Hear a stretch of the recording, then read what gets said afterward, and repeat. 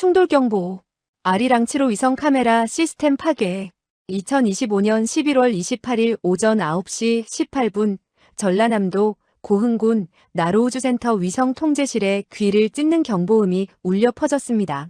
거대한 메인 스크린 전체가 순식간에 붉은색으로 물들었고 600km 상공을 돌던 한국의 군사정찰 위성 아리랑 7호에서 치명적인 손상 신호가 감지되었다는 경고 메시지가 깜빡였습니다. 레이더 담당 김태영 박사가 모니터 앞으로 달려갔고 그의 떨리는 손가락이 키보드를 두드리며 상세 데이터를 불러왔습니다. 화면에 나타난 내용은 최악이었습니다. 위성의 광학 카메라 렌즈가 심각하게 손상되어 해상도가 60%까지 떨어져 있었고 북한과 중국 국경지대를 감시하던 핵심 정찰 능력이 순식간에 무력화된 상태였습니다. 김 박사가 상황을 파악하기도 전에 두 번째 경보음이 터져 나왔습니다. 이번에는 천리안 3호 통신위성이었습니다. 통제실 안에 6명 연구원들이 모두 자리에서 일어났고 숨소리조차 또렷하게 들릴 정도로 긴장감이 공기를 무겁게 짓눌렀습니다. 젊은 여성 연구원이 떨리는 목소리로 보고했습니다. 천리안 3호의 통신 중계 안테나에서 비정상적인 진동이 감지되었고 신호 송출 능력이 급격히 저하되고 있다는 내용이었습니다. 김 박사는 손을 멈추지 않고 두 위성의 궤도 추적 데이터를 불러왔습니다. 화면에 나타난 궤도 정보를 보는 순간 그의 얼굴에서 혈색이 완전히 사라졌습니다. 두 위성 모두 불과 3분 전에 중국의 야오강 23호 위성과 500m 이내로 근접 통과했다는 기록이 있었던 것입니다. 오전 9시 23분 세 번째 경보가 통제실을 뒤흔들었습니다. 다목적 실용위성 6호의 태양전지판에서 출력 저하가 감지되었다는 경보였습니다. 통제실은 순식간에 혼란에 빠졌고 연구원들은 각자의 단말기 앞에서 필사적으로 데이터를 분석하기 시작했습니다. 김 박사는 떨리는 목소리로 비상연락망을 가동했습니다. 국방부 우주작전센터, 청와대 국가안보실 합동참모본부에 긴급 상황이 동시 보고되었습니다. 세 기의 군사위성이 10분도 안 되는 시간 동안 연쇄적으로 손상되었다는 것은 결코 우연일 수 없었습니다. 더욱 불길한 점은 세 위성 모두 중국이 석 달 전 통제 불능 상태라고 발표한 고장난 위성들과 근접 통과한 직후 문제가 발생했다는 사실이었습니다. 오전 9시 30분 국방부 우주작전센터 상황실에서 박준혁 준장이 대형 스크린 앞에 섰습니다. 47세의 그는 공군 우주작전을 총괄하는 책임자로 23년간 위성작전을 지휘해온 베테랑이었습니다. 과거 중국 베이징 항공항 천대학에서 3년간 유학한 경험이 있었기에 중국의 우주 전략을 누구보다 잘 이해하고 있었습니다. 화면에는 나로우주센터 통제실과 연결된 영상이 떠 있었고 김태영 박사의 창백한 얼굴이 보였습니다. 김 박사는 억지로 침착함을 유지하며 상황을 보고했습니다. 한국의 핵심 군사위성 3기가 동시다발적으로 손상되었고 모두 중국 위성과의 근접 통과 직후 발생했다는 내용이었습니다. 박 준장은 즉각 명령을 내렸습니다. 한국 상공을 지나는 모든 중국 위성의 궤도 데이터를 전면 재분석하라는 지시였습니다. 항공우주연구원의 최인석 박사가 긴급 소집되었고 그는 44세의 위성 궤도 역학 전문가로 15년간 위성 추적 시스템을 개발해온 인물이었습니다. 최 박사는 즉시 자신의 연구팀을 동원해 중국 위성들의 최근 3개월간 궤도 데이터를 분석하기 시작했습니다. 특히 중국이 고장났다고 주장한 위성들의 움직임에 집중했습니다. 그가 사용한 것은 레이더 추적 데이터와 광학 관측 데이터를 교차 분석하는 방식이었고 이 방법은 위성의 실제 자세와 궤도 변화를 정밀하게 파악할 수 있었습니다. 오전 9시 45분 최인석 박사의 얼굴이 화면에 나타났습니다. 그의 표정은 심각했고 손에 들린 데이터 파일이 미세하게 떨리고 있었습니다. 그가 발표한 분석 결과는 모든 사람을 경악하게 만들었습니다. 중국이 통제 불능이라고 발표한 위성 12기가 사실은 완벽하게 작동하고 있었다는 결정적 증거가 포착된 것입니다. 이 12기의 위성들은 지난 3개월간 미세한 궤도 조정을 수십 차례 실시했고 놀랍게도 정확한 기하학적 대형을 유지하며 한국의 군사위성들을 추적하고 있었습니다.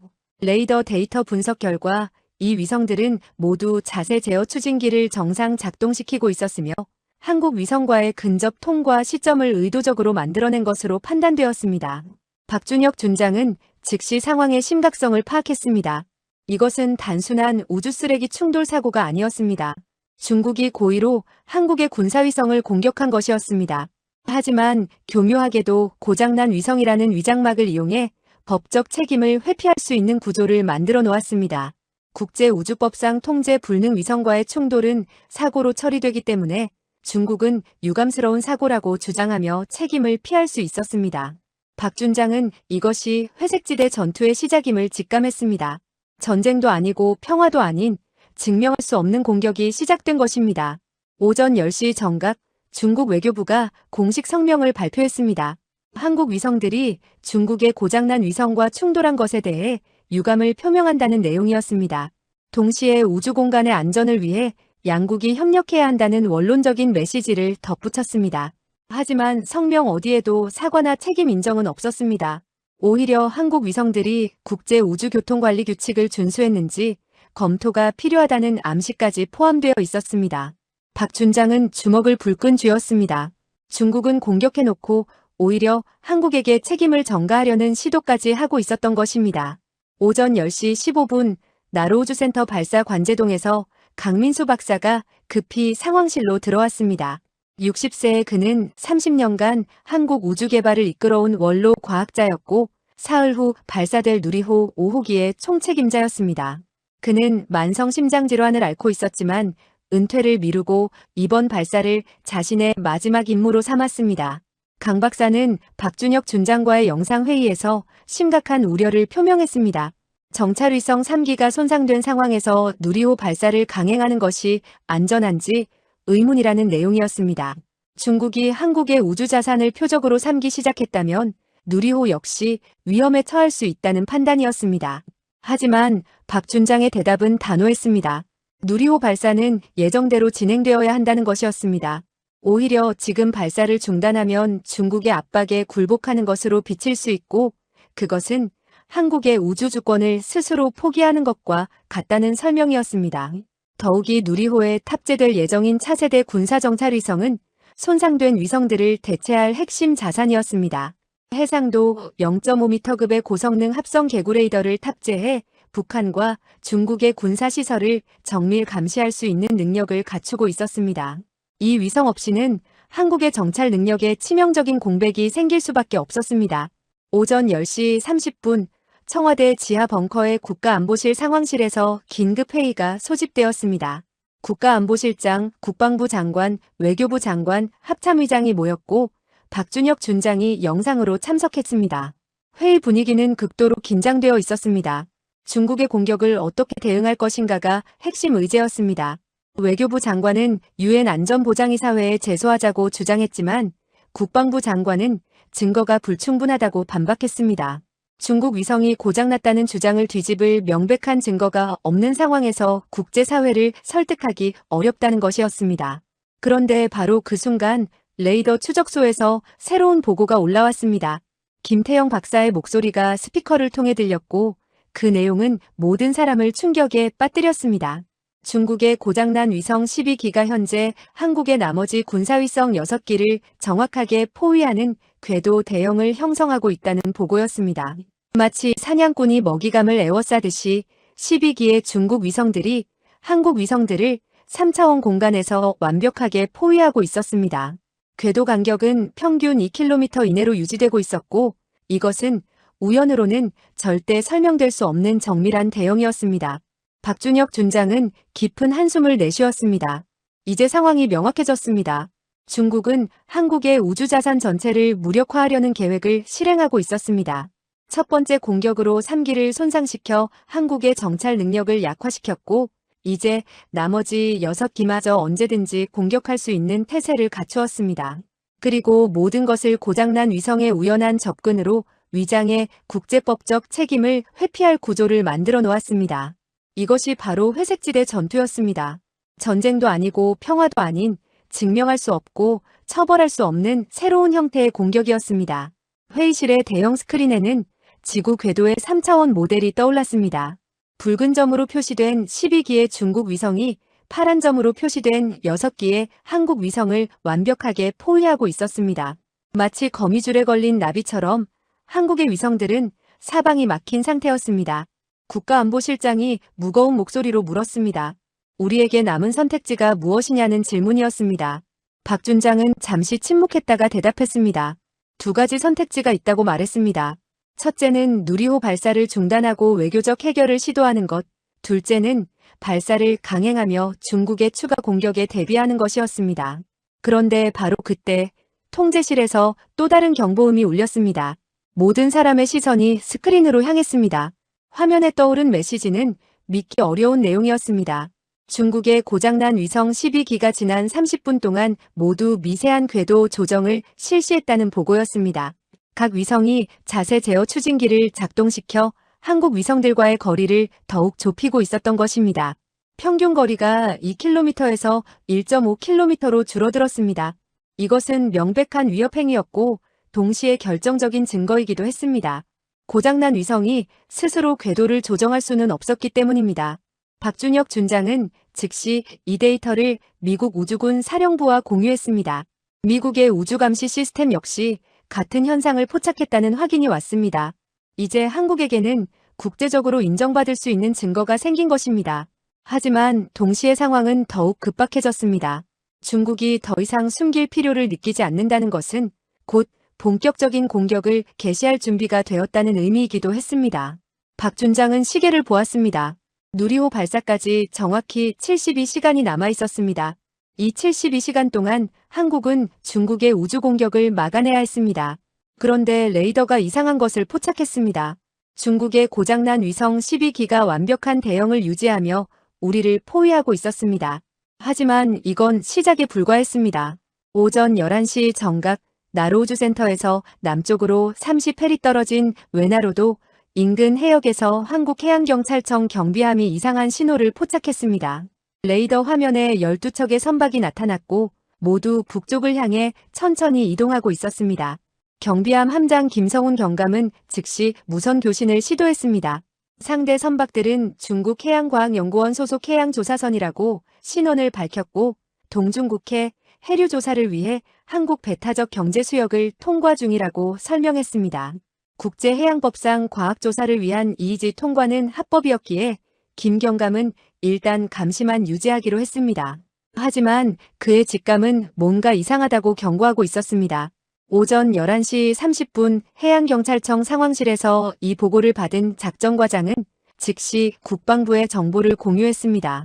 중국 선박 12척이 나로우주센터 인근 해역에 동시에 나타난 것은 우연치고는 너무 타이밍이 절묘했습니다.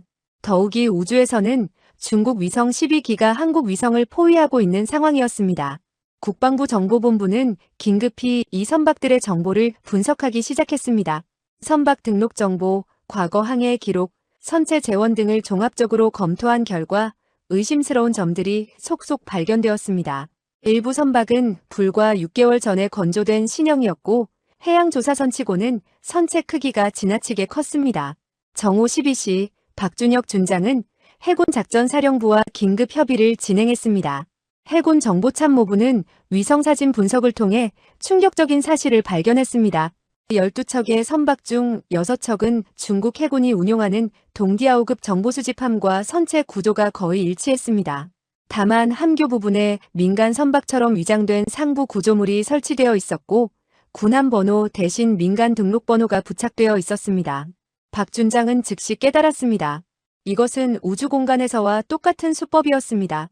군사 자산을 민간으로 위장해 법적 책임을 회피하면서 동시에 작전을 수행하는 회색지대 전술이었습니다. 오후 10시 30분 세종대왕급 이지스함 율곡 2함이 긴급 출항 명령을 받았습니다.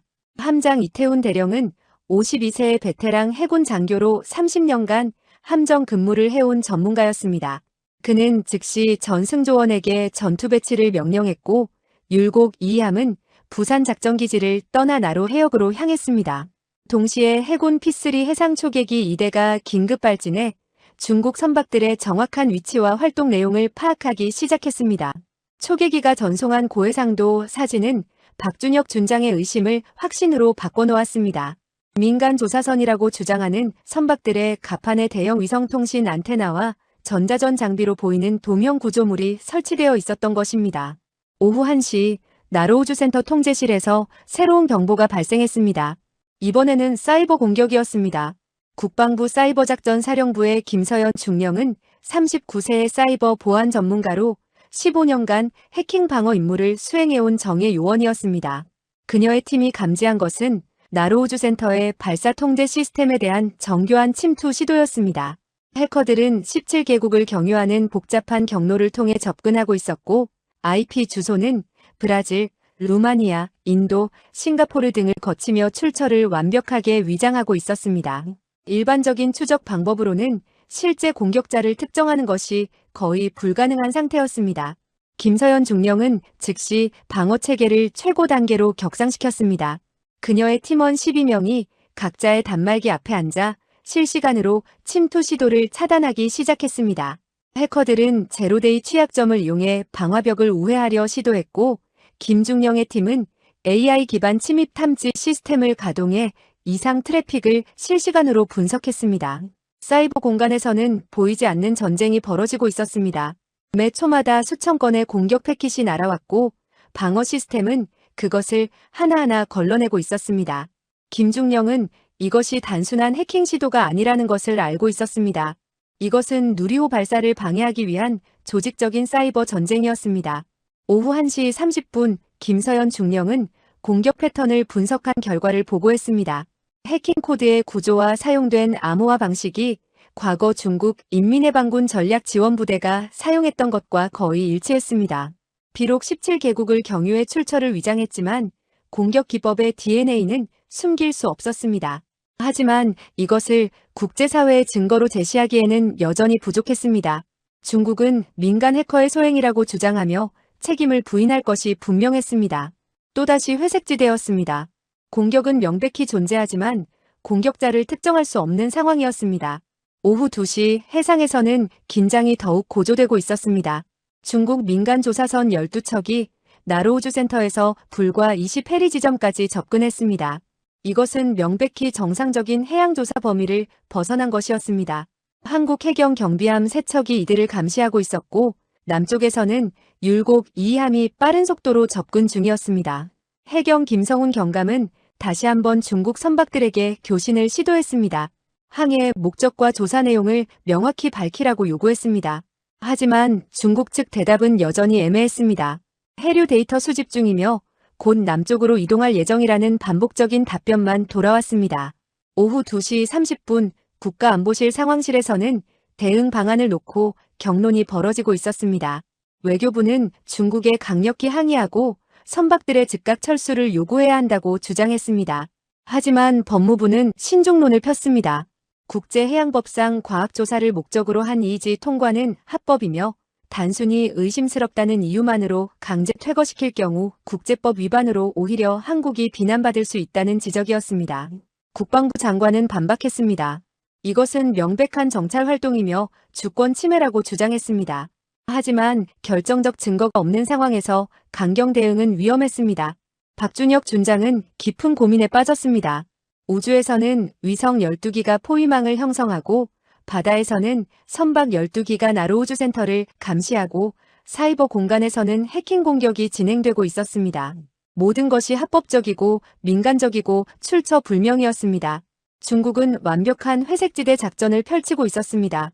전쟁을 선포하지 않고 법적 책임을 지지 않으면서 한국의 우주 프로그램을 무력화하려는 다층적 공격이었습니다.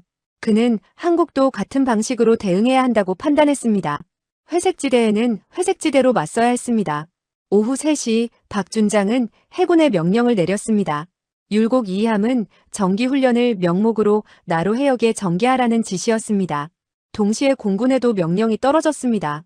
KF-21 보람의 전투기 4대가 비행시험을 명목으로 나로 상공을 순찰하라는 내용이었습니다. 모든 것을 합법적인 군사활동으로 포장하면서 실제로는 중국의 회색지대 작전에 대응하는 태세를 갖추는 것이었습니다. 이것이 회색지대 전투의 본질이었습니다. 모든 것이 위장이고 모든 것이 애매하고 하지만 실제로는 전쟁 직전에 긴장이 흐르고 있었습니다. 그 순간 북한이 긴급 발표를 했습니다. 평양 조선중앙통신이 특별방송을 내보냈고 그 내용은 한반도 전체를 긴장시켰습니다. 북한이 평화적 우주 개발을 위해 이틀 후 인공위성을 발사할 예정이라는 예고였습니다. 오후 3시 30분 박준혁 준장은 국가안보실 대회의실에 모인 안보관계 장관들 앞에서 긴급 브리핑을 시작했습니다. 대형 스크린에는 지구 궤도와 한반도 주변 해역, 그리고 사이버 공간을 통합한 3차원 전장 지도가 떠올랐습니다. 그가 손가락으로 화면을 가리키며 설명하기 시작했고 회의실 안의 공기가 점점 더 무거워졌습니다. 중국이 동시다발적으로 6개 영역에서 한국을 공격하고 있다는 분석이었습니다. 첫째는 우주 영역으로 위성 12기가 한국 위성을 포위하고 있었고, 둘째는 해상 영역으로 정보 수집함으로 위장한 선박 12척이 나로 해역을 감시하고 있었습니다. 셋째는 사이버 영역으로 발사 통제 시스템에 대한 해킹이 진행 중이었습니다. 박 준장은 화면을 넘겼습니다. 넷째는 대리전 영역이었습니다. 북한의 위성 발사 예고는 우연이 아니었습니다. 국방부 정보본부가 입수한 정보에 따르면 북한은 지난 3개월간 중국으로부터 위성 추적 기술과 고체 연료 로켓 기술을 지원받았습니다. 북한이 발사에 실패하더라도 중국은 책임을 회피할 수 있고 성공하더라도 한국의 우주 프로그램에 대한 압박 수단이 될 수 있었습니다. 다섯째는 정보전 영역이었습니다. 중국 소셜미디어 플랫폼 웨이보에서는 누리호 폭발 위험이라는 가짜뉴스가 급속도로 확산되고 있었고 이것이 한국 인터넷으로 역류입니다. 국내 온라인 커뮤니티에서는 발사 중단을 요구하는 여론이 형성되기 시작했습니다. 여섯째는 경제전 영역이었습니다.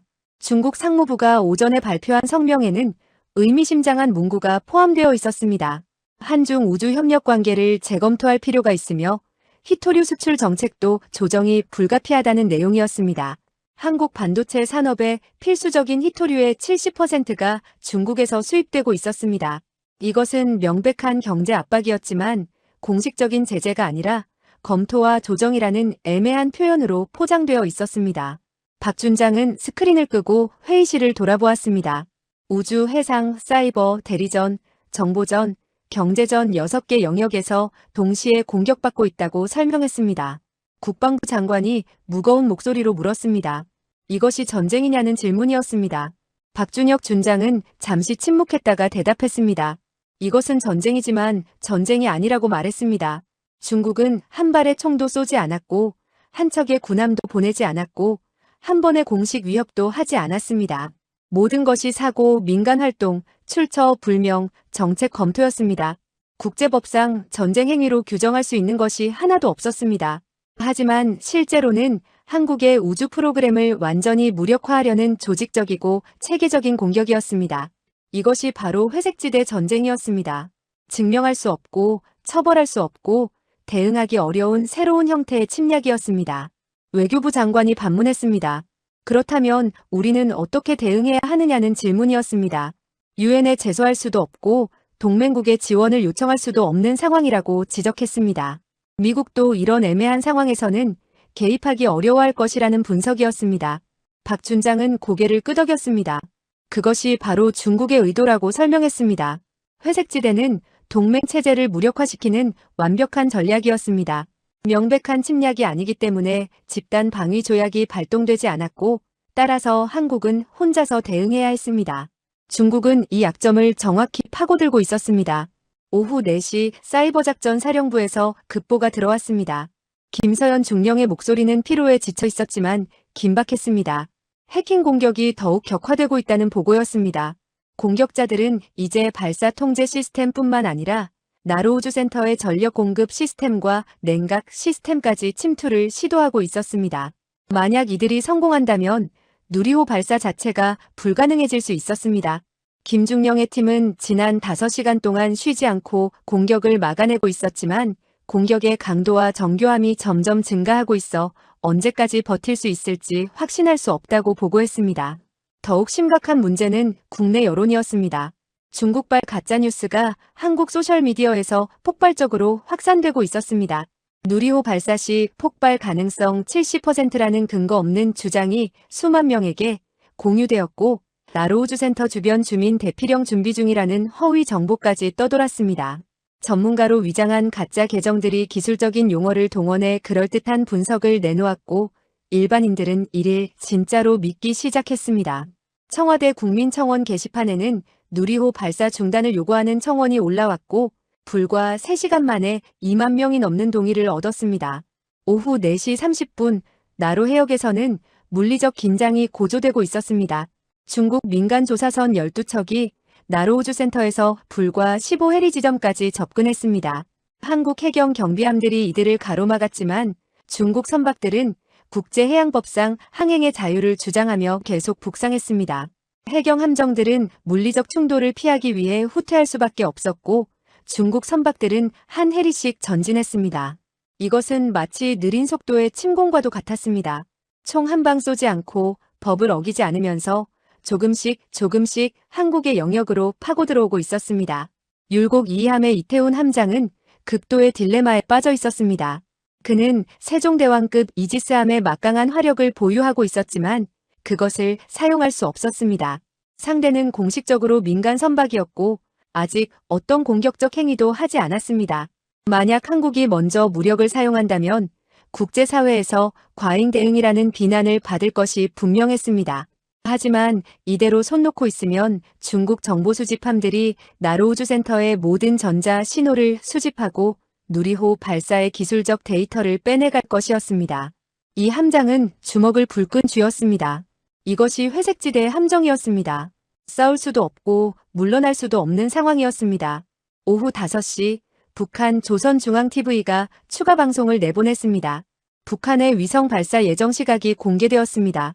이틀 후 오전 10시 정확히 누리호 발사 예정 시각보다 3시간 앞선 시간이었습니다. 이것은 우연일 수 없었습니다. 북한이 먼저 발사하면 한국은 영공 안전을 이유로 누리호 발사를 연기해야 할 수도 있었습니다. 더욱이 북한 로켓이 발사 직후 폭발하거나 한국 영공으로 낙하한다면 그것은 누리호 발사를 무기한 중단시킬 명분이 될 수 있었습니다. 국방부 장관은 이것이 중국이 북한을 이용한 대리 공격이라고 단언했습니다.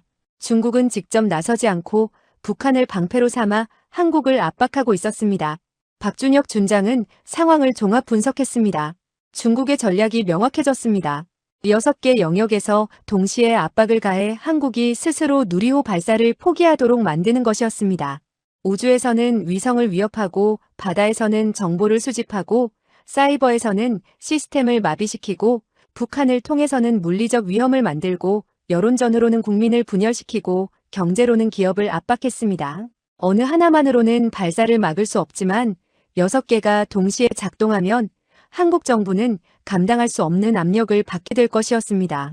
그리고 모든 것이 합법적이고 민간적이어서 중국은 어떤 책임도 지지 않을 수 있었습니다.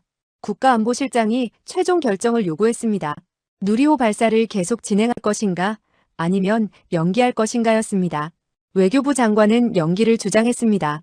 현재 상황에서 강행하면 너무 위험하다는 판단이었습니다. 하지만 국방부 장관은 반대했습니다. 지금 물러서면 중국의 회색지대 전술이 성공했다는 선례를 남기게 되고 앞으로 중국은 같은 방법으로 한국의 모든 중요 프로젝트를 무력화시킬 것이라고 경고했습니다. 과학기술정보통신부 장관도 발사 강행을 지지했습니다. 30년간 준비한 우주 프로그램을 이런 식으로 포기할 수는 없다는 주장이었습니다. 박준혁 준장은 깊게 숨을 들이마셨습니다. 그리고 자신의 의견을 밝혔습니다. 한국도 회색지대 방식으로 대응해야 한다고 제안했습니다. 중국이 민간을 가장한 군사작전을 펼친다면 한국도 같은 방식으로 맞서야 한다는 것이었습니다.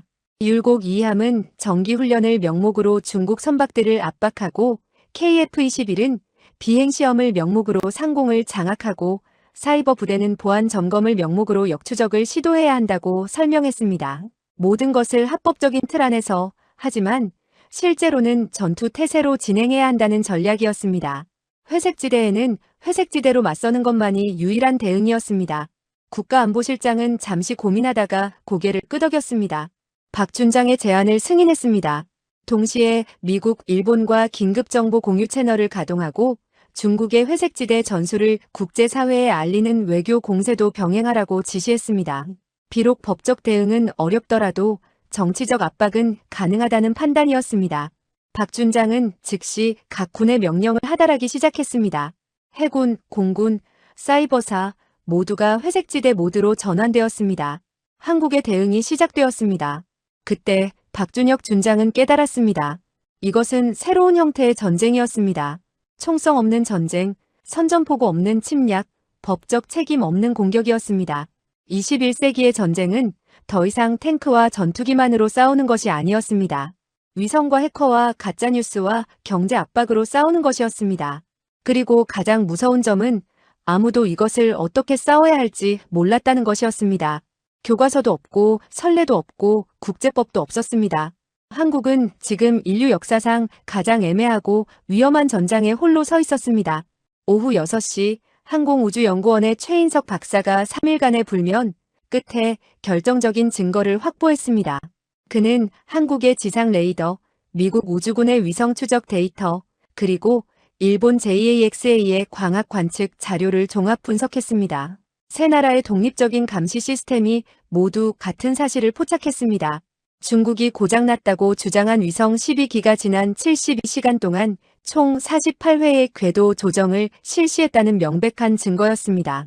각 위성의 자세 제어 추진기 분사 흔적이 적외선 센서에 포착되었고 궤도 변화량을 정밀 계산한 결과 오차 범위 10m 이내로 한국 위성들을 추적하고 있었습니다. 이것은 고장난 위성으로는 절대 불가능한 정밀도였습니다. 최인석 박사는 더 나아가 각 위성의 전력 소비 패턴까지 분석했습니다. 고장난 위성이라면 태양 전지판이 무작위로 회전하며 불규칙한 전력 생산을 보여야 했습니다. 하지만 중국 위성들은 모두 최적 각도로 태양을 향하고 있었고 전력 생산이 정상 작동 위성과 동일한 패턴을 보였습니다. 결정적으로 위성 간 통신 신호도 감지되었습니다. 12기의 위성들이 암호화된 데이터를 주고받으며 협동작전을 수행하고 있다는 증거였습니다.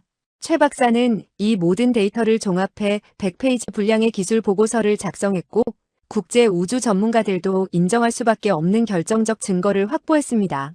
오후 6시 30분 박준혁 준장은 이 보고서를 들고 긴급 기자회견을 열었습니다. 국방부 대회의실에는 국내외 언론사 기자 100여 명이 모였고 CNN과 BBC가 생중계를 시작했습니다. 박 준장은 침착한 목소리로 설명을 시작했습니다. 중국이 고장난 위성이라고 주장한 12기가 실제로는 완벽하게 작동하는 군사위성이며 한국의 우주 자산을 의도적으로 공격하고 있다는 증거를 공개했습니다. 대형 스크린에는 위성 궤도 데이터, 추진기 분사 적외선 영상, 전력 소비 그래프, 통신 신호 분석 결과가 차례로 나타났습니다. 모든 데이터에는 미국과 일본의 검증 도장이 찍혀 있었습니다. 기자회견장이 술렁이기 시작했습니다. 이것은 단순한 의혹 제기가 아니라 과학적으로 검증된 증거였습니다. 박 준장은 계속해서 설명했습니다. 중국은 회색지대 전술을 사용해 법적 책임을 회피하려 했지만 한국은 3개국의 협력을 통해 결정적인 증거를 확보했다고 밝혔습니다. 그는 유엔 안전보장이사회에 이 증거를 제출할 것이며 중국의 우주 공격 행위에 대한 국제사회의 규탄을 요구할 것이라고 선언했습니다. 동시에 한국은 누리호 발사를 예정대로 진행할 것이며 어떤 위협에도 굴복하지 않을 것이라고 단호하게 밝혔습니다. 오후 7시 전 세계 언론이 이 뉴스를 타전하기 시작했습니다. CNN은 중국의 우주 공격 결정적 증거 포착이라는 제목으로 속보를 냈고 BBC는 회색지대 전쟁의 실체 드러나다라고 보도했습니다. 미국 국방부 대변인은 긴급 브리핑에서 한국의 증거를 확인했다고 밝혔고 일본 방위성도 같은 입장을 표명했습니다. 유럽 우주국 ESA 역시 기술적으로 타당한 분석이라고 논평했습니다. 순식간에 국제 여론이 중국을 향해 돌아서기 시작했습니다.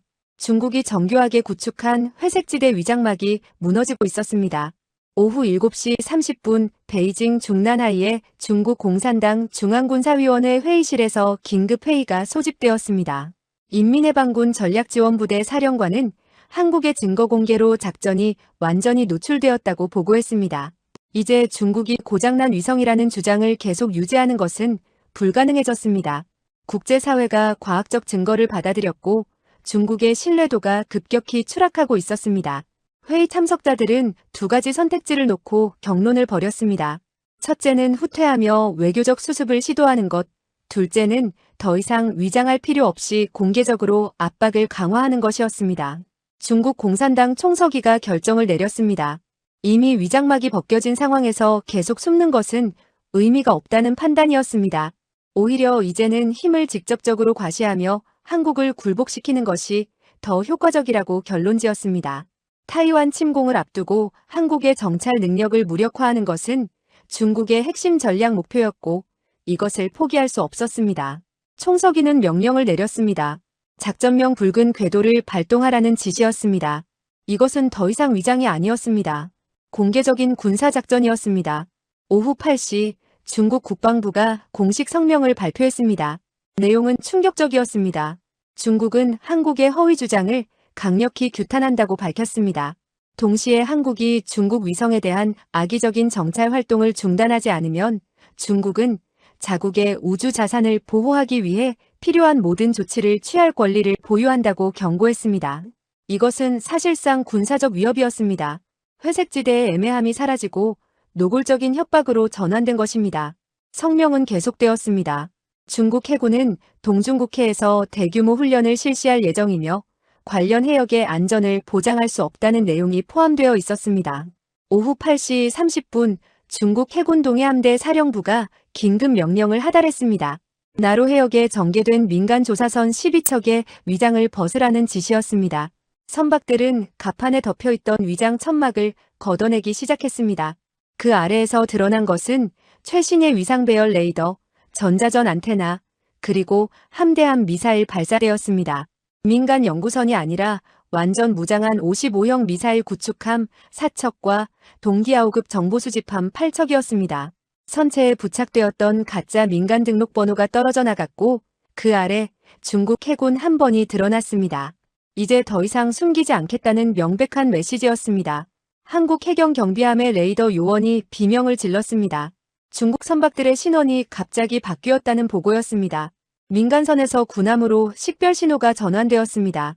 경비함 김성훈 경감은 즉시 상황을 보고했고 국방부는 데프콘 수준을 한 단계 격상시켰습니다. 50해리 남쪽에서 접근 중이던 율곡 2함의 이태훈 함장도 같은 상황을 목격했습니다. 그는 즉시 전승조원에게 전투배치 1급을 명령했고 VLS 미사일 발사관의 안전장치를 해제했습니다. 상황이 회색지대에서 레드존으로 넘어가고 있었습니다. 오후 9시 우주에서도 변화가 감지되었습니다. 중국의 고장난 위성 12기가 갑자기 활발한 움직임을 보이기 시작했습니다. 더 이상 숨길 필요가 없어진 것입니다. 각 위성이 대형을 재조정하며 한국 위성들과의 거리를 1km 이내로 좁혔습니다. 최인석 박사의 분석에 따르면 이것은 레이저 무기의 유효 사거리였습니다. 중국 킬러 위성들이 언제든지 공격할 수 있는 최적 거리로 진입한 것입니다. 나로우주센터 통제실의 경보음이 계속해서 울렸고 연구원들의 얼굴은 창백해졌습니다. 사이버 공간에서도 공격이 노골화되었습니다. 김서연 중령의 팀이 감지한 해킹 시도가 17개국 경유에서 직접 공격으로 바뀌었습니다. 중국 IP 주소를 더 이상 숨기지 않았습니다. 공격 코드의 양이 10배로 증가했고 분산 서비스 거부 공격이 나로우주센터의 모든 네트워크를 동시에 강타했습니다. 김중령은 팀원들에게 최후 방어선을 구축하라고 명령했습니다. 발사 통제 시스템을 물리적으로 외부 네트워크와 분리하고 수동 백업 시스템을 가동하기 시작했습니다. 하지만 이것은 시간을 버는 조치일 뿐이었습니다. 오후 9시 30분 랜드 연구소에 중국 군사 전문가 데이비드 첸 박사가 긴급 논평을 발표했습니다. 그는 이 순간을 회색지대의 붕괴라고 명명했습니다. 중국의 회색지대 전술은 완벽해 보였지만 한 가지 치명적인 약점이 있었다고 분석했습니다. 상대가 결정적인 증거를 확보하면 위장막이 한순간에 무너지고 오히려 국제적 신뢰를 잃게 된다는 것이었습니다. 한국은 미국, 일본과의 협력을 통해 이 약점을 정확히 공략했고 중국을 궁지로 몰아넣었습니다. 이제 중국에게 남은 선택지는 후퇴하거나 공개적인 군사행동으로 나아가는 것뿐이었고 중국은 후자를 선택했습니다. 박준혁 준장은 국가안보실 상황실에서 실시간으로 상황을 지켜보고 있었습니다. 그는 자신의 전략이 성공했지만 동시에 새로운 위험을 불러왔다는 것을 알고 있었습니다. 회색지대를 붕괴시키는 것은 중국을 더 위험한 선택으로 내몰 수 있었습니다. 이제 중국은 체면을 잃었고 물러날 수 없는 상황에 놓였습니다. 타이완 침공이라는 전략적 목표를 위해서라도 한국의 우주 능력을 무력화해야 했고, 이제 그들은 공개적으로 그것을 시도할 것이었습니다. 박준장은 깊게 숨을 들이마셨습니다. 회색지대 전투가 끝나고 실제 전투가 시작되려 하고 있었습니다. 오후 10시 중국 해군 동해함대 사령부가 암호화된 명령을 전송했습니다. 수신자는 나로 해역의 55형 구축함 사척이었습니다. 작전명 붉은 궤도의 첫 단계 명령이었습니다. 한국 누리호 발사를 저지하기 위한 모든 수단을 동원하라는 내용이었습니다. 이것은 더 이상 위장이 아니었습니다. 공개적인 군사작전 명령이었습니다. 구축함 함장들은 명령서를 읽고 고개를 끄덕였습니다. 그들은 VLS 수직 발사관의 해치를 열기 시작했습니다. 그 안에는 YJ-18 대함미사일 48발이 장전되어 있었습니다. 그 순간 중국 해군 동해함대 사령부가 긴급 명령을 내렸습니다. 작전명 붉은 궤도. 이것은 더 이상 위장이 아니었습니다. 오후 10시 15분 600km 상공에서 첫 번째 총성이 울렸습니다. 하지만 그것은 총성이 아니라 빛이었습니다. 중국 킬러 위성 야오강 23호가 고출력 레이저 무기를 발사했고, 보이지 않는 광선이 한국의 아리랑 8호 위성을 정확히 겨냥했습니다. 레이저 무기는 0.2초 동안 위성의 광학 센서를 직격했고, 섭씨 2000도가 넘는 열이 순식간에 렌즈를 녹여버렸습니다. 나로우주센터 통제실의 스크린에서 아리랑 8호의 신호가 사라졌습니다. 완전 파괴였습니다. 김태영 박사는 믿을 수 없다는 표정으로 화면을 응시했습니다. 이것은 단순한 손상이 아니었습니다. 우주에서 벌어진 최초의 실제 전투였고 한국이 첫 번째 피해를 입었습니다. 2분도 지나지 않아 두 번째 공격이 이어졌습니다. 야오강 31호가 천리안 4호 통신위성을 향해 레이저 무기를 발사했습니다. 이번에는 통신 안테나가 표적이었습니다. 고열의 녹은 안테나가 기능을 상실했고 한국 전역의 위성통신 중계 능력이 30% 감소했습니다. 군 통신망 방송 중계, 기상 데이터 전송이 모두 영향을 받았습니다. 최인석 박사는 급히 나머지 위성들에게 긴급 회피 기동 명령을 내렸습니다. 7기의 생존 위성들이 궤도 제어 추진기를 가동하며 중국 킬러 위성들로부터 멀어지기 시작했습니다. 하지만 추진제는 한정되어 있었고 이런 식으로 도망만 다니다가는 연료가 바닥날 것이었습니다. 박준혁 준장은 이 보고를 받고 주먹으로 책상을 내리쳤습니다. 중국이 선제 공격을 감행한 것입니다. 더 이상 위협이나 압박이 아니라 실제 전쟁 행위였습니다. 그는 즉시 청와대에 긴급 보고를 올렸고 대통령의 승인하에 대응 명령을 하달했습니다. 한국도 더 이상 방어만 할 수 없었습니다. 반격이 필요했습니다. 하지만 한국은 킬러 위성을 보유하고 있지 않았습니다. 우주에서 직접 대응할 방법이 없었습니다. 박 준장은 차선책을 선택했습니다. 지상에서 중국의 해상 및 공중 자산을 무력화하는 것이었습니다. 오후 10시 30분 나로 해역에서는 더욱 직접적인 충돌이 발생하고 있었습니다. 중국 55형 미사일 구축함 난창함이 율곡 2함을 향해 화력 통제 레이더를 조사하기 시작했습니다. 이것은 미사일 발사 직전 단계였습니다.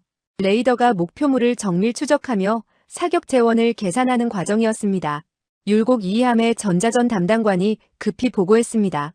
적함이 우리를 로곤했다는 경보였습니다. 이태훈 함장은 즉시 대응 조치를 명령했습니다. 율곡 2함도 스파이원디 이지스 레이더로 난창함을 로곤했습니다. 두 군함이 서로를 겨냥하며 긴장이 극도로 고조되었습니다. 난창함 함장은 명령을 받았습니다. 한국 이지스함을 격침시키라는 지시였습니다. 그는 잠시 망설였습니다. 이것은 명백한 전쟁 행위였고 한중 관계를 돌이킬 수 없는 지점으로 몰아갈 것이었습니다. 하지만 명령은 명령이었습니다. 그는 깊게 숨을 들이마시고 발사 명령을 내렸습니다. VLS 수직 발사관에서 YJ-18 대함미사일 6발이 연속으로 발사되었습니다. 거대한 화염과 함께 미사일들이 하늘로 치솟았고 초음 속으로 가속하며 율곡 2함을 향해 날아갔습니다. 발사 순간부터 명중까지 예상 시간은 45초였습니다. 율곡 2함의 이지스 전투체계가 즉각 반응했습니다. 스파이원디 레이더가 6발의 미사일을 모두 포착했고 자동으로 요격 시퀀스가 시작되었습니다. 이태훈 함장은 침착하게 명령을 내렸습니다. SM-2 요격 미사일 발사 승인이었습니다. VLS에서 8발의 SM-2 미사일이 솟아올랐고 각각 표적을 향해 유도되었습니다. 한국 해군이 수십 년간 훈련해온 이지스 방공 능력이 실전에서 시험받는 순간이었습니다. 하늘에서는 요격 미사일과 대함 미사일이 서로를 향해 마하 3의 속도로 돌진했습니다. 첫 번째 요격이 성공했습니다. SM-2가 YJ-18을 정확히 맞춰 공중에서 폭파시켰습니다. 거대한 화염구가 하늘에 피어올랐고 파편이 사방으로 흩어졌습니다. 이어서 두 번째, 세 번째, 네 번째 요격이 연속으로 성공했습니다. 율곡 2함의 승조원들이 환호성을 질렀습니다. 하지만 다섯 번째 YJ-18은 SM-2의 요격을 회피했습니다. 미사일이 급격한 기동을 하며 요격 미사일을 따돌렸고 계속 율곡 2함을 향해 접근했습니다. 이 함장은 최후 방어선을 가동했습니다. 골키퍼 CIWS 근접 방어 무기 시스템이었습니다. 분당 4,500발을 발사하는 20mm 기관포가 화염을 뿜으며 다가오는 미사일을 향해 탄막을 형성했습니다. 다섯 번째 미사일이 탄막을 뚫고 들어왔습니다. 하지만 수백 발의 탄환에 맞아 궤적이 흔들렸고 율곡 2함을 직격하지 못하고 50m 옆 해상에 떨어졌습니다. 거대한 물기둥이 솟아올랐고 충격파가 함체를 흔들었습니다. 승조원 3명이 충격으로 넘어져 경미한 부상을 입었습니다. 여섯 번째 미사일은 SM-2에 정확히 요격당했습니다. 율곡 2함은 6발 공격을 모두 막아냈습니다. 세종대왕급 이지스함의 방공 능력이 실전에서 증명된 순간이었습니다. 이태훈 함장은 즉시 반격 명령을 내렸습니다. 해성 대함미사일 4발이 발사되었습니다. 마음속으로 비행하며 해수면 10m 위를 스치듯 날아가는 해성은 레이더 탐지가 어려운 시스크리밍 미사일이었습니다. 난창함의 레이더가 뒤늦게 미사일을 포착했고 중국 함정도 HHQ-9 요격 미사일로 방어를 시도했습니다. 하지만 해성 한 발이 방어망을 뚫고 난창함의 선체 중앙부를 정확히 타격했습니다. 250kg 탄두가 폭발하며 함교 아래 구조물을 관통했고 화재가 발생했습니다. 난창함은 중파 상태가 되어 속도를 늦췄습니다. 첫 번째 해상교전에서 한국이 승리했습니다. 하지만 전투는 끝나지 않았습니다.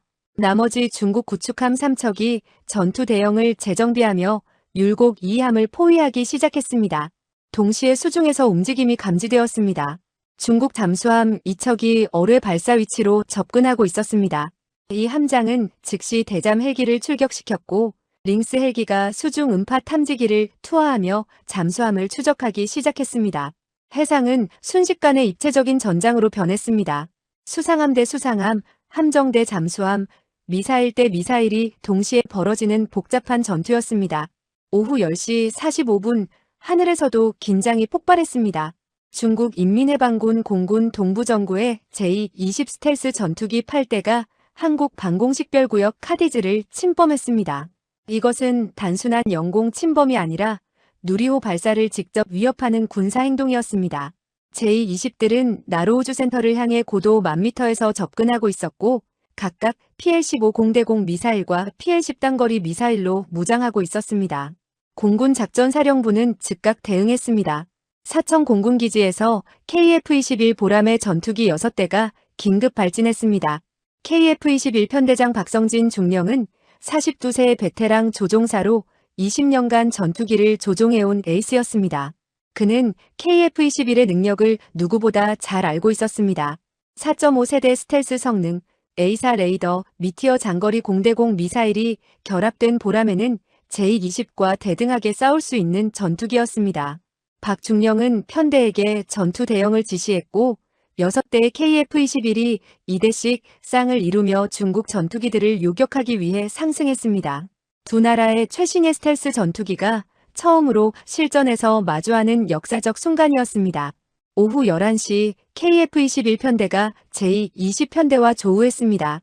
양측은 50km 거리에서 서로를 레이더로 포착했습니다. 스텔스 전투기끼리의 대결이었기에 탐지 거리가 일반 전투기보다 훨씬 짧았습니다. 박성진 중령은 상황을 판단했습니다. 중국 전투기 8대 대 한국 전투기 6대로 수적으로 열세였습니다. 하지만 KF-21은 본토 방어 전투였기에 조기 경보기의 지원을 받을 수 있었고 지상 레이더 정보도 실시간으로 링크되고 있었습니다. 박 중령은 미티어 미사일의 유효 사거리 안으로 들어가기 전에 먼저 경고를 시도하기로 했습니다. 박성진 중령이 국제 비상 주파수로 경고 메시지를 송신했습니다. 중국 전투기들이 한국 방공식별구역을 즉시 이탈하라는 내용이었습니다. 하지만 제20편대는 대답하지 않았습니다. 오히려 전투 대형을 유지한 채 계속 남쪽으로 접근했습니다. 거리가 40km로 줄어들었습니다. 이것은 미티어 미사일의 발사 가능 거리였습니다. 박 중령은 두 번째 경고를 보냈습니다. 여전히 응답이 없었습니다. 거리가 35km가 되었을 때 제20편대 중 2대가 갑자기 기술을 KF-21을 향해 돌렸습니다. 공격 기동이었습니다. 박성진 중령은 더 이상 기다릴 수 없었습니다. 그는 작전사령부에 교전 규칙 확인을 요청했고 즉각 승인이 떨어졌습니다. 자위권 발동이었습니다. 박 중령은 편대에게 명령을 내렸습니다. 미사일 발사 준비였습니다. 6대의 KF-21이 각각 표적을 배정받았고 미티어 미사일의 로곤 경보음이 조종석에 울렸습니다. 하지만 박 중령은 아직 방아쇠를 당기지 않았습니다. 그는 마지막 순간까지 충돌을 피하려 했습니다. 제20들이 방향을 틀어 돌아간다면 그는 발사하지 않을 것이었습니다. 하지만 중국 전투기들은 계속 접근했습니다. 거리가 30km로 줄어들었습니다. 제20의 PL-15 미사일 유효 사거리였습니다. 이제 양측 모두 사정거리 안에 있었습니다. 누가 먼저 방아쇠를 당기느냐의 문제만 남았습니다. 박성진 중령은 손에 땀이 맺히는 것을 느꼈습니다. 20년 조종사 생활에서 가장 긴장되는 순간이었습니다. 그는 중국 조종사들도 같은 심정일 것이라고 생각했습니다. 아무도 전면전을 원하지 않았습니다. 하지만 명령은 명령이었고 임무는 임무였습니다. 그 순간 중국 구축함이 함대함 미사일 발사관을 열었습니다. 세종대왕함까지 거리 40해리였습니다. 하늘에서는 제20과 KF-21이 30km 거리에서 서로를 겨냥하고 있었습니다. 우주에서는 킬러 위성들이 한국 위성을 향해 레이저 무기 발사 준비를 하고 있었습니다. 사이버 공간에서는 해커들이 나로우주센터의 최후 방어선을 돌파하려 하고 있었습니다. 모든 전장에서 동시에 전쟁이 벌어지고 있었고 한국은 사방에서 공격받고 있었습니다. 오후 11시 5분 3만 피트 상공에서 첫 번째 미사일이 발사되었습니다. 제20편대의 선두기가 PL-15 장거리 공대공 미사일을 쏜 것입니다. 레이더 유도 미사일이 마하 4의 속도로 KF-21을 향해 날아갔습니다. 박성진 중령의 레이더 경보 수신기가 즉각 비명을 질렀습니다. 적 미사일 접근 경보였습니다. 그는 더 이상 망설일 시간이 없었습니다. 반격 명령을 내렸고 6대의 KF-21이 거의 동시에 미티어 미사일 4발을 발사했습니다. 유럽의 최신 기술로 만들어진 미티어는 램제트 엔진을 탑재해 사거리가 100km가 넘었고 종말 단계에서도 고기동이 가능한 치명적인 무기였습니다. 하늘이 미사일의 배기 화염으로 가득 찼습니다. 양측에서 발사된 10여 발의 미사일이 서로를 향해 돌진했고 전투기들은 급격한 회피 기동을 시작했습니다. 박성진 중령은 KF-21의 기술을 급격히 내리며 고도를 낮췄고 동시에 체프와 플레어를 대량으로 살포했습니다. 레이더 교란용 금속 조각과 열추적 방해용 섬광탄이 하늘에 뿌려졌습니다. PL-15 미사일이 체프에 속아 빗나갔지만 두 번째 미사일이 계속 추적해왔습니다. 박 중령은 전투기를 최대 기동 한계까지 몰아붙였고 구름 속으로 들어가며 시야를 차단했습니다. 미사일이 표적을 놓쳤습니다. 하지만 모든 KF-21이 운이 좋은 것은 아니었습니다. 3번기 김태영 소령의 전투기가 PL-15에 명중당했습니다. 미사일이 기체 후방을 강타했고 엔진 하나가 폭발했습니다. 김소령은 즉시 비상탈출 절차를 시작했습니다. 캐노피가 날아가고 사출 좌석이 작동하며 그를 공중으로 내보냈습니다. 낙하산이 펴졌고 김소령은 천천히 하강하기 시작했습니다. 그의 KF-21은 제어를 잃고 회전하며 바다로 추락했습니다. 한국의 첫 번째 공중 손실이었습니다. 하지만 조종사는 살았고 해상구조 헬기가 즉시 출동했습니다. 반면 한국의 미티어 미사일은 더 치명적이었습니다. 4발 중 2발이 제22대를 정확히 명중시켰습니다. 첫 번째 제20은 동체 중앙부가 폭발하며 공중 분해되었고 조종사가 탈출하는 것이 보였습니다. 두 번째 제20은 한쪽 날개가 떨어져 나가며 제어 불능 상태로 회전 낙하했습니다. 중국군 최신의 스텔스 전투기가 실전에서 처음으로 격추된 역사적 순간이었습니다. KF-21의 전투 능력이 세계에 증명되었습니다. 나머지 제26대는 대형을 재정비하며 후퇴하기 시작했습니다. 하지만 완전히 물러나지는 않고 60km 거리에서 대치 상태를 유지했습니다.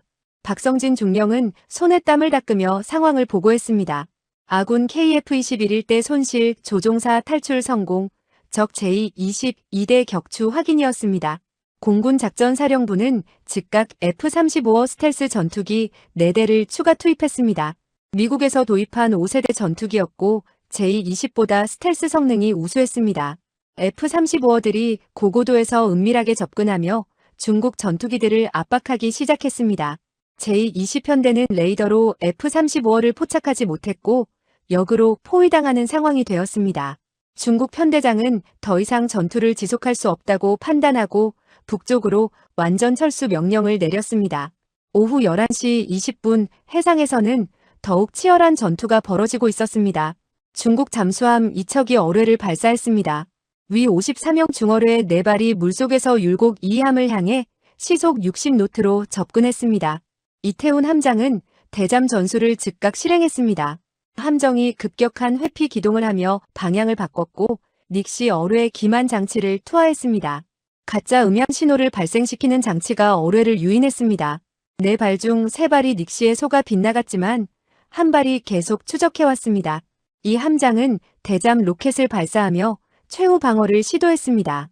홍상어 대잠 로켓이 바다에 떨어져 폭발하며 충격파를 만들었고 어뢰의 유도 장치가 교란되어 빗나갔습니다.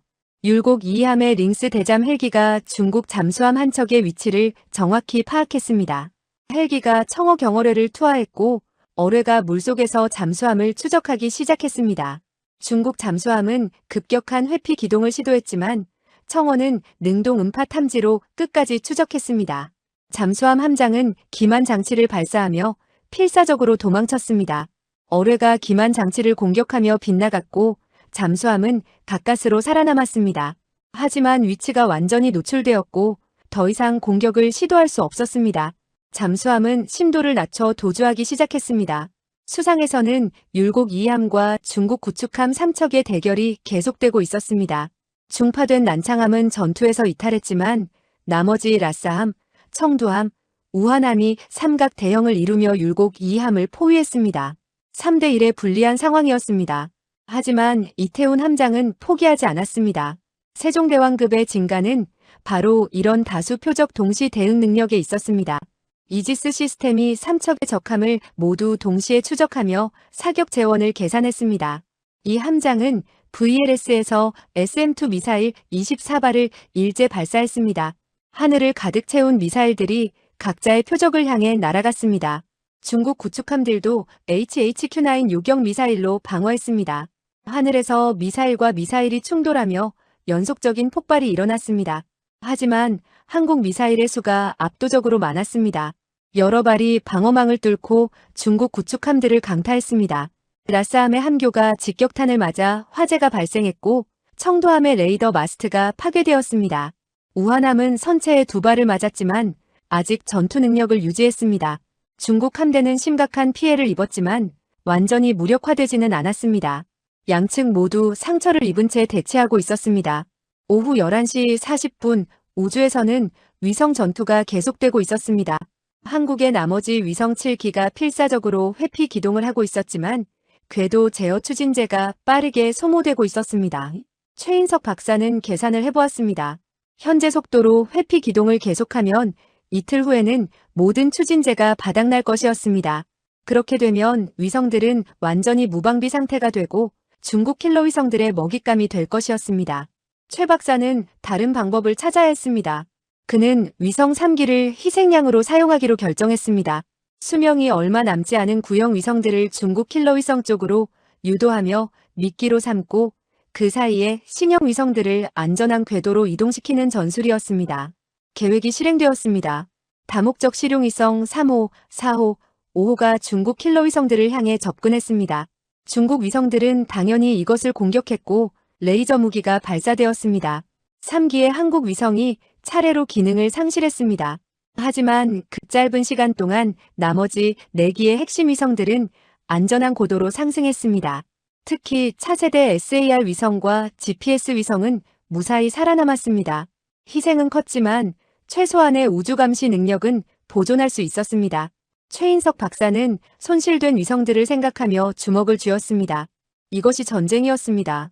완벽한 승리는 없었고 무언가를 지키기 위해서는 무언가를 희생해야 했습니다. 오후 11시 50분 나로우주센터에서 재앙이 발생했습니다. 중국 해커들이 마침내 사이버 방어선을 돌파한 것입니다. 김서연 중령의 팀이 72시간 동안 막아냈던 최후 방어선이 무너졌습니다.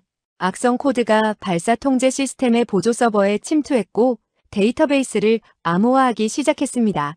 김중령은 즉각 네트워크 물리적 차단을 명령했습니다. 팀원이 서버실로 달려가 케이블을 직접 뽑아냈습니다. 하지만 이미 손상은 발생한 후였습니다. 발사 시퀀스 데이터의 40%가 암호화되어 읽을 수 없는 상태가 되었습니다.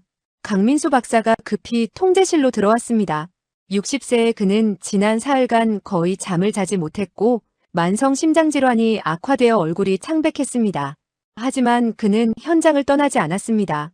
이것이 그의 30년 우주 연구의 마지막 임무였고 어떤 일이 있어도 누리호를 하늘에 띄워야 했습니다.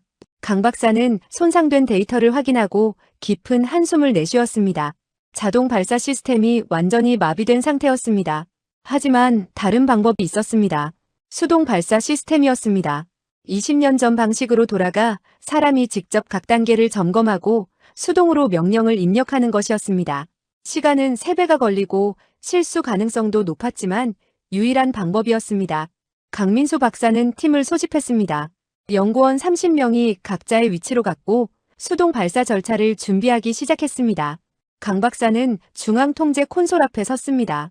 그런데 갑자기 가슴에 통증이 왔습니다. 심장이 불규칙하게 뛰었고 호흡이 가빠졌습니다. 옆에 있던 김태영 박사가 놀라 그를 부축했습니다. 강 박사에게 즉시 병원에 가야 한다고 간청했습니다. 하지만 강 박사는 고개를 저었습니다. 누리호 발사까지 20시간이 남았고 그는 이 자리를 지켜야 했습니다. 그는 주머니에서 심장약을 꺼내 먹고 깊게 숨을 들이마셨습니다. 통증이 조금 가라앉았습니다. 청와대 국가안보실 상황실에서는 긴급 회의가 열리고 있었습니다.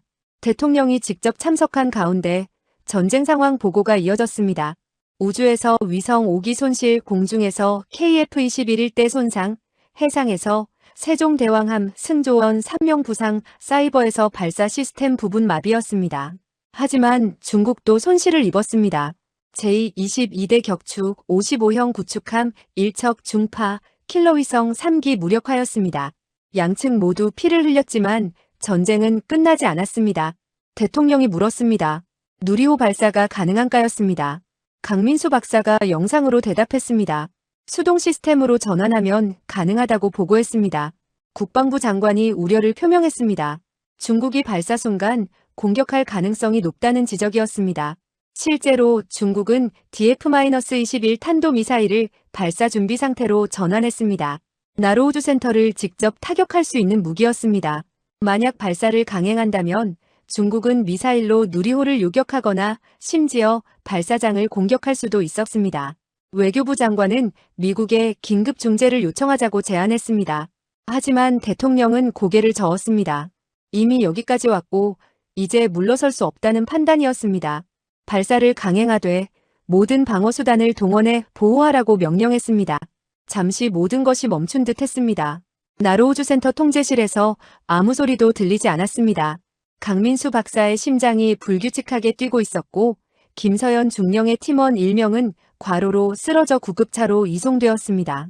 율곡 2함의 승조원들은 부상자를 치료하며 다음 전투를 준비했습니다. 박성진 중령은 F-35어들과 함께 여전히 상공을 순찰하고 있었습니다. 모두가 한계에 도달했지만 아무도 포기하지 않았습니다. 그때 김서연 중령이 외쳤습니다. 시스템 복구 완료. 수동 발사 시스템 작동합니다. 그녀의 팀이 72시간의 불면 끝에 마침내 해냈습니다.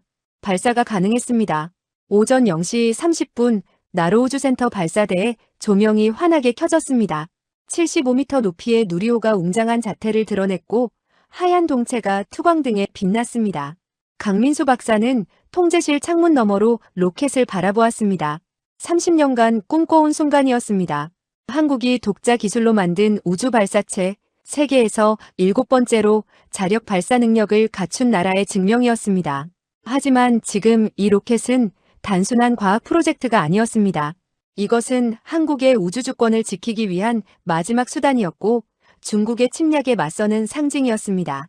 강 박사는 심장약을 한 알 더 먹고 자리에 앉았습니다. 발사 카운트다운이 시작되었습니다. T-10시간이었습니다. 수동 발사 시스템이 가동되었고 30명의 연구원이 각자의 체크리스트를 확인하기 시작했습니다. 첫 단계 엔진 점화 시스템 점검, 두 번째 단계 분리 장치 확인, 세 번째 단계 위성 탑재부 상태 검증이 차례로 진행되었습니다. 모든 것이 수동이었기에 평소보다 3배의 시간이 걸렸습니다. 하지만 연구원들은 한치의 실수도 없이 정확하게 작업을 진행했습니다. 이들은 이 순간을 위해 10년 넘게 훈련받은 전문가들이었습니다. 강민수 박사는 각 항목의 승인 사인을 했고 체크리스트가 하나씩 녹색으로 바뀌었습니다. 오전 2시 박준혁 준장은 정군의 최고 경계 태세를 명령했습니다. 누리호 발사 순간 중국이 공격할 가능성이 매우 높았고 이를 막아야 했습니다. 율곡 2함은 나로 해역 시페리 앞에서 방어선을 형성했고 나머지 세종대왕급 이지스함 2척이 긴급 출항에 지원에 나섰습니다. 공중에서는 F-35어 8대와 KF-21 12대가 3교대로 상공을 장악했습니다. 지상에서는 천공-3 요격 미사일 발사대 4기가 나로우주센터 주변에 배치되었습니다.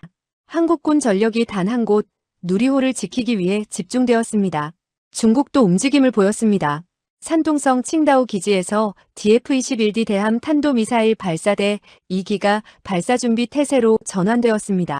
이것은 원래 항공모함을 공격하기 위해 개발된 무기였지만 지상 목표도 타격할 수 있었습니다. 사거리는 1500km로 나로우주 센터가 사정거리 안에 있었습니다. 미국 정찰위성이 이 움직임을 포착했고 즉시 한국에 경보를 보냈습니다. 동시에 중국 해군 함대도 재정비를 마치고 다시 전진하기 시작했습니다. 비록 손실을 입었지만 아직 전투 능력은 남아 있었습니다. 중국은 마지막 순간까지 누리호 발사를 저지하려 했습니다. 오전 5시 미국 백악관 국가안보회의가 긴급 소집되었습니다. 한반도에서 벌어지는 준 전쟁 상황이 전면전으로 확대될 위험이 있었습니다. 미국 국무장관은 중국 외교부장에게 긴급 전화를 걸었습니다.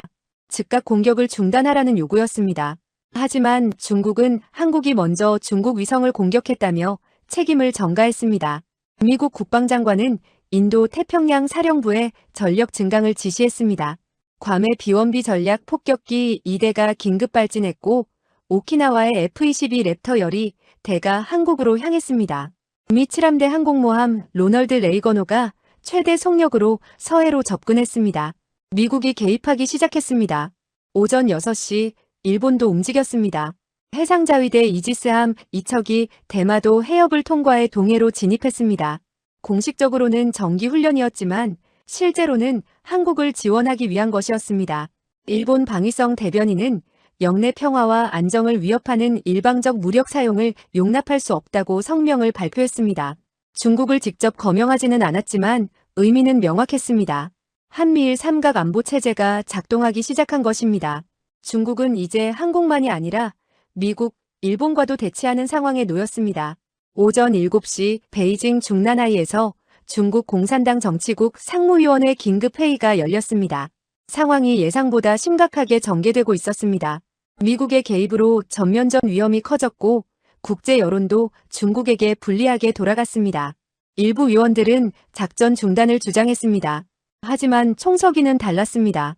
여기서 물러서면 중국의 체면이 완전히 무너진다고 판단했습니다.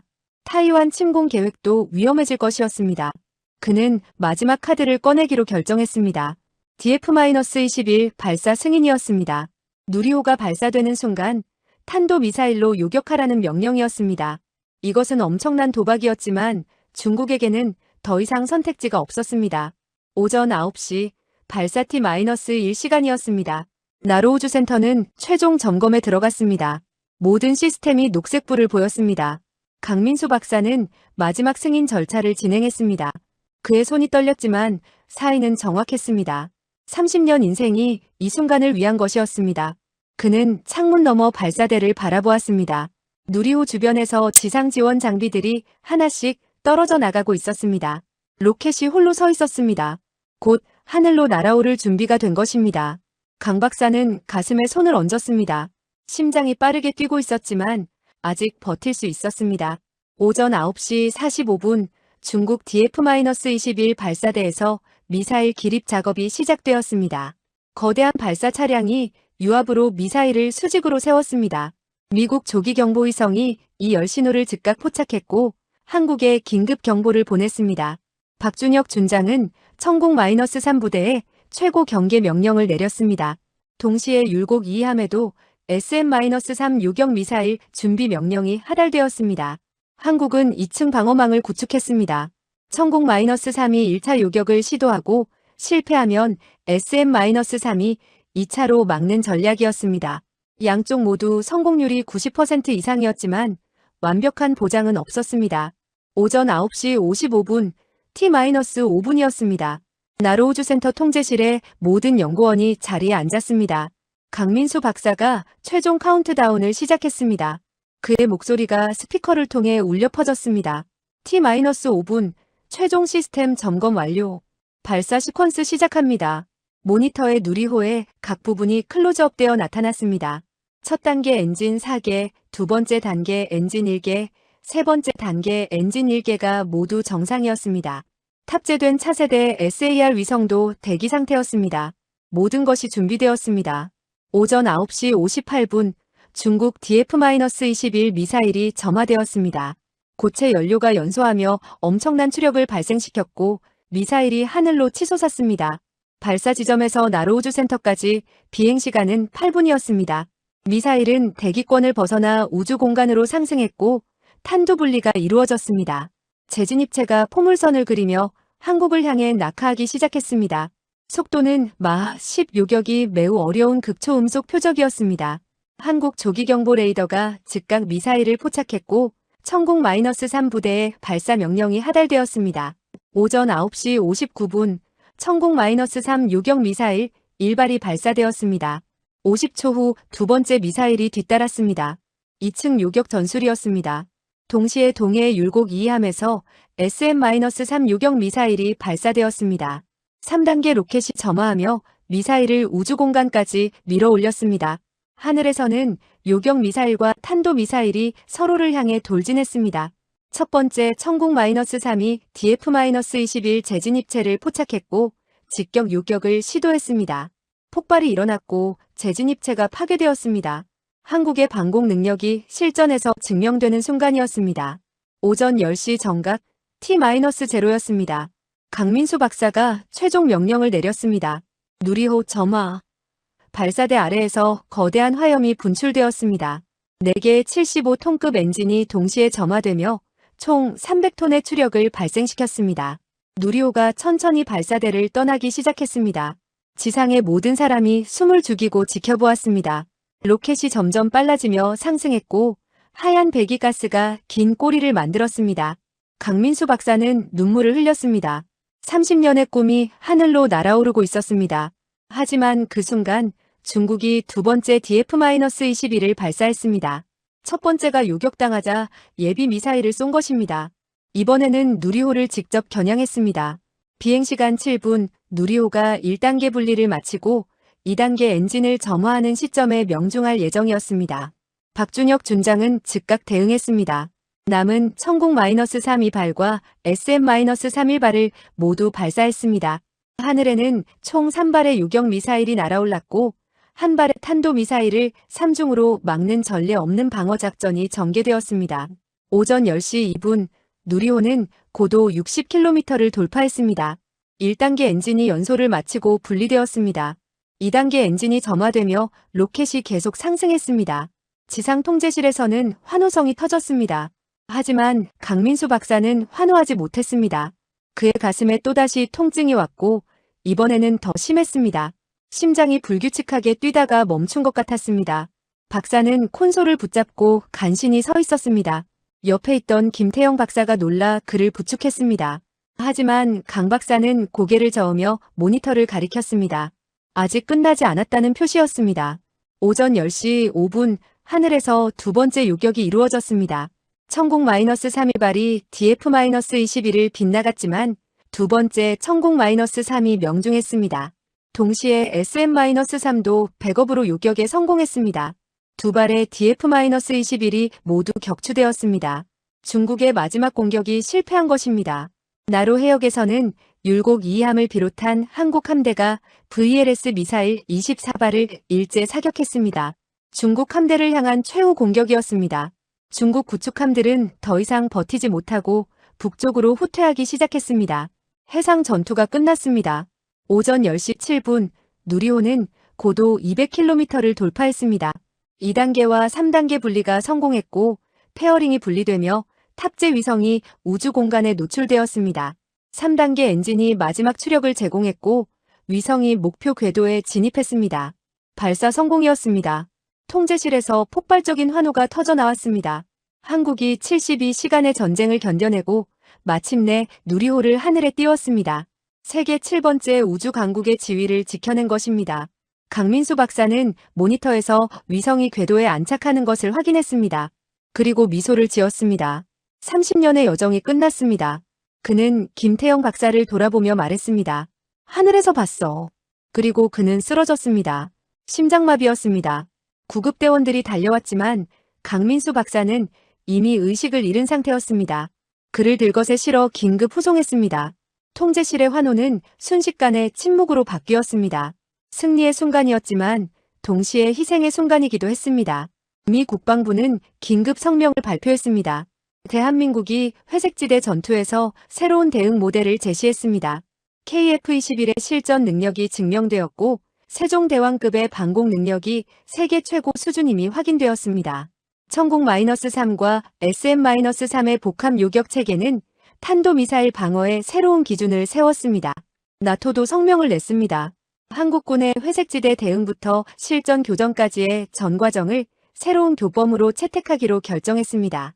민주국가가 권위주의 국가의 회색지대 전술을 무력화할 수 있다는 증명입니다. 하지만 전쟁은 끝나지 않았습니다.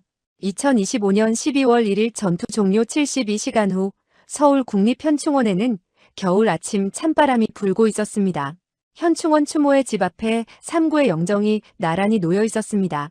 강민수 박사 사이버작전사 이준호 중사, 해경경비함 박민수 경장이었습니다. 강 박사는 누리호 발사 성공을 확인한 직후 심장마비로 세상을 떠났고 이 중사는 72시간 불면 사이버 방어 임무 중 과로사했으며 박 경장은 중국 선박과의 충돌 과정에서 부상을 입고 이틀 후 사망했습니다. 대통령이 직접 참석한 가운데 연결식이 거행되었고 3명 모두 국가유공자로 추서되었습니다. 박준혁 준장은 제복을 입고 영정 앞에 섰습니다. 그는 묵념을 하며 지난 72시간을 떠올렸습니다. 회색지대 전투로 시작해 실제 전쟁으로 확대된 사흘간의 악몽이었습니다. 하지만 한국은 버텨냈고 중국을 물리쳤습니다. 물론 완벽한 승리는 아니었습니다. 위성 5기를 잃었고 KF-21 1대가 손상되었으며 3명의 귀한 목숨이 희생되었습니다. 하지만 누리호는 하늘에 떠 있었고 한국의 우주주권은 지켜졌습니다. 박 준장은 강민수 박사의 영정을 바라보았습니다. 60년 인생을 조국의 우주 개발에 바친 과학자였고 마지막 순간까지 현장을 지킨 진정한 애국자였습니다. 연결식이 끝난 후 국방부 회의실에서 전투 결산 회의가 열렸습니다. 합참의장이 보고서를 펼쳤습니다. 한국군의 손실은 위성 5기 KF-21 1대 손상, 전사자 3명, 부상자 8명이었습니다. 중국군의 손실은 제2-20 스텔스 전투기 2대 격추, 55형 미사일 구축함 1척, 중파, 동디아오급 정보수집함 2척 손상, 킬러위성 3기 무력화, DF-21 탄도미사일 2발 요격당함, 잠수함 1척 손상이었습니다. 수치상으로는 중국의 손실이 더 컸습니다. 하지만 진짜 승리는 숫자로 측정할 수 없었습니다. 한국이 회색지대 전술을 간파하고 효과적으로 대응했다는 사실 자체가 가장 큰 성과였습니다. 국방부 장관이 분석 결과를 발표했습니다.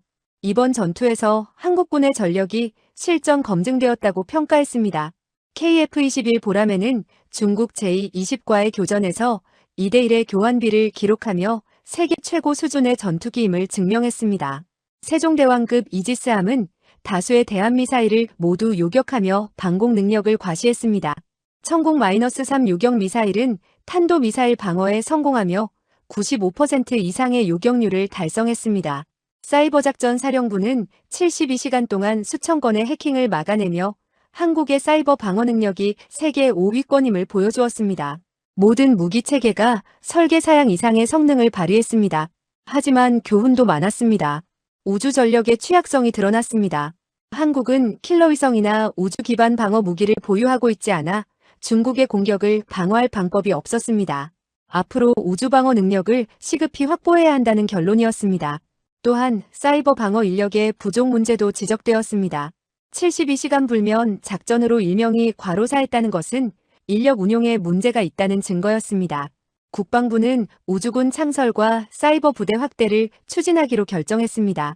12월 2일 UN 안전보장이사회에서 긴급회의가 열렸습니다. 한국이 제출한 중국의 우주 공격 증거가 안건으로 상정되었습니다. 미국, 영국, 프랑스가 중국 규탄 결의안을 공동 발의했습니다. 하지만 예상대로 중국이 거부권을 행사했습니다. 결의안은 부결되었지만 국제사회의 여론은 중국에게 매우 불리했습니다. 특히 회색지대 전술이 완전히 노출되면서 중국의 외교적 신뢰도가 급락했습니다. 유럽연합은 중국과의 우주협력 프로젝트를 전면 재검토하기로 했고 호주와 캐나다는 중국 위성 발사 서비스 이용을 중단했습니다. 한미일 3국 정상은 워싱턴에서 긴급 정상회담을 가졌습니다. 세 나라는 우주안보 협력 강화에 합의했습니다. 한국의 누리호, 일본의 H3 로켓, 미국의 펠컨 9를 상호 이용하는 협정을 체결했고 3국 위성 감시 정보를 실시간 공유하는 시스템을 구축하기로 했습니다. 또한 중국의 회색지대 전술에 공동 대응하기 위한 가이드라인을 마련했습니다. 증거 확보 협력, 법적 대응 지원, 필요시 군사 개입 등의 내용이 포함되었습니다. 한미일 동맹이 우주 영역까지 확대된 것입니다. 12월 5일 나로우주센터에서는 누리호가 쏘아올린 차세대 SAR 위성이 첫 영상을 전송했습니다. 해상도 0.5m급의 고해상도 레이더 영상이었고 중국 산둥성 칭다오 해군기지가 선명하게 보였습니다. 손상된 55형 구축함 난창함이 부두에 정박해 수리 중인 것이 확인되었습니다.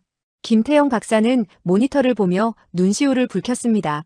강민수 박사가 목숨을 바쳐 지킨 이 위성이 이제 한국의 하늘을 지키고 있었습니다. 박사의 희생이 헛되지 않았다는 증거였습니다. 같은 날 중국 국방부는 조용히 성명을 발표했습니다. 한반도 인근 해역에서의 훈련을 종료하고 정상 배치로 복귀한다는 내용이었습니다. 공식적으로는 계획된 훈련이 성공적으로 완료되었다고 주장했지만 실제로는 철수를 인정하는 것이었습니다. 중국 해군 함대가 북쪽으로 물러났고 제20 전투기들도 내륙기지로 복귀했습니다. 우주에서 중국 킬러 위성들도 한국 위성 추적을 중단하고 다른 궤도로 이동했습니다. 중국이 작전을 포기한 것입니다. 하지만 그들은 결코 패배를 인정하지 않았습니다. 체면을 지키기 위해 훈련 종료라는 명분을 내세웠습니다. 12월 7일 박준혁 준장은 국방부 우주작전센터 창문 앞에 서서 하늘을 바라보았습니다. 맑은 겨울 하늘이었고 어딘가에 한국의 위성들이 지구를 돌고 있었습니다. 72시간의 전쟁이 끝났지만 그는 알고 있었습니다. 회색지대 전쟁은 끝나지 않았다는 것을 말입니다. 중국은 이번에 실패했지만 다음에는 더 교묘한 방법을 사용할 것이었습니다. 회색지대 전술의 본질은 끊임없는 진화였습니다. 법의 허점을 찾고 책임을 회피하고 증거를 지우며 조금씩 침투하는 것이었습니다. 오늘은 우주에서 시작했지만 내일은 다른 영역에서 시작될 수 있었습니다. 박 준장은 책상 위에 보고서를 펼쳤습니다. 정보본부가 작성한 중국의 차기 작전 예측 문서였습니다. 보고서는 중국이 사이버 영역과 정보전 영역에 더욱 집중할 것이라고 분석했습니다.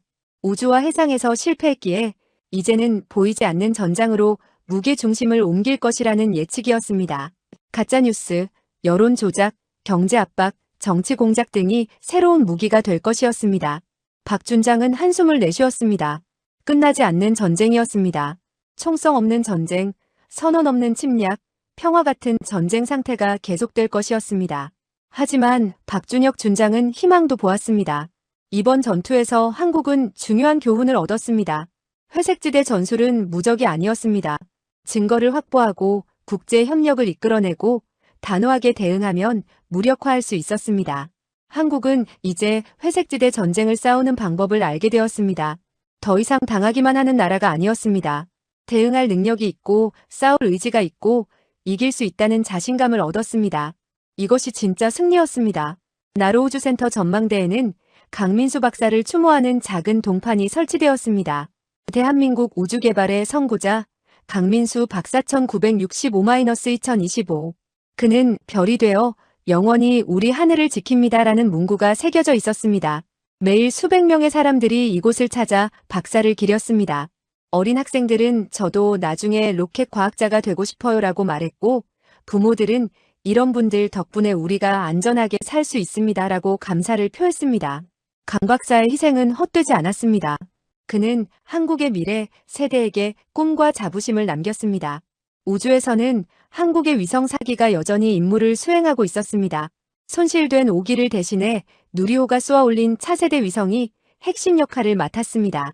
북한의 핵시설과 중국의 군사기지를 감시하고 한반도 주변 해역의 모든 움직임을 추적했습니다. 한국은 더 이상 눈먼 나라가 아니었습니다. 우주에서 내려다보는 눈을 가진 나라였습니다.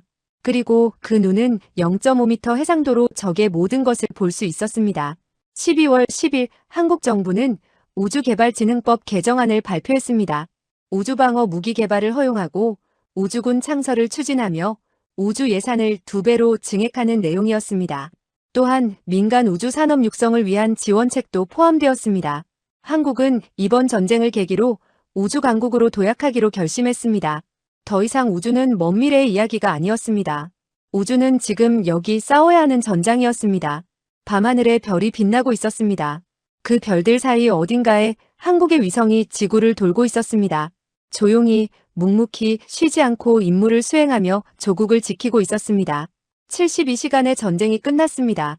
하지만 회색지대는 오늘도 계속되고 있습니다. 보이지 않는 곳에서 증명할 수 없는 방식으로 새로운 전쟁이 벌어지고 있습니다. 그리고 한국은 이제 그 전쟁을 싸울 준비가 되어 있습니다. 구독, 좋아요, 댓글로 응원해주세요.